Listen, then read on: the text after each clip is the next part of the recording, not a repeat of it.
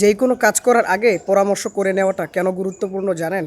কারণ ধরুন আপনি একটা কাজ করবেন, যে কাজটা আপনি আপনার জীবনে আগে কখনো করেন নাই।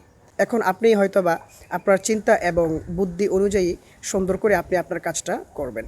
কিন্তু আপনি যেহেতু এই কাজটা আগে কখনো করেন নাই, এজন্য হয়তোবা কাজের কোনো একটা অংশে ত্রুটি থাকার কারণে আপনার কাজটা সুন্দর হবে না এবং আপনার কাজটা অসম্পূর্ণ থেকে যাবে।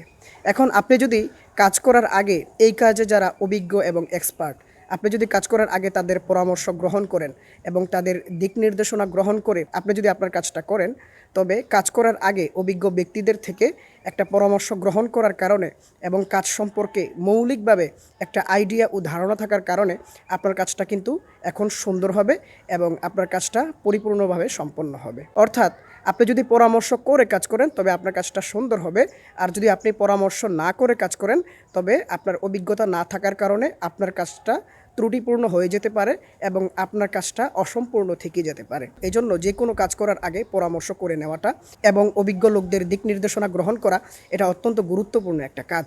এজন্য হজরত আলী রাদিয়াল্লাহু তাআলা আনহু বলছিলেন, মা হালাকামরুন আন মুশাওয়ারাতিন, যে ব্যক্তি পরামর্শ সাপেক্ষে কাজ করে তার কাজ কখনো বিফলে যায় না এবং তার কাজ কখনো নষ্ট হয় না।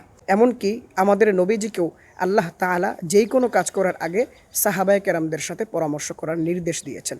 পবিত্র কোরআনুল কারীমে আল্লাহ তাআলা বলেছেন, ওয়াশাউইরহুম ফিল আমর, হে নবী আপনি সকল কাজে সাহাবায়ে কেরামদের পরামর্শ গ্রহণ করুন। এজন্য প্রিয় ভাইয়েরা, আপনারা যখন কোনো কাজ করবেন, কাজ করার আগে সবসময় চেষ্টা করবেন এই কাজে যারা এক্সপার্ট এবং অভিজ্ঞ তাদের সাথে পরামর্শ গ্রহণ করে তাদের থেকে একটা ধারণা এবং আইডিয়া নিতে। যদি আপনি কাজ করার আগে পরামর্শ গ্রহণ করেন, ইনশাআল্লাহ আপনার কাজটা সুন্দরভাবে সম্পন্ন হবে এবং আপনার কাজটা ত্রুটিপূর্ণ থাকবে না এবং এভাবে অল্প সময়ের মধ্যে আপনার জীবনে সফলতা আসবে ইনশাআল্লাহ।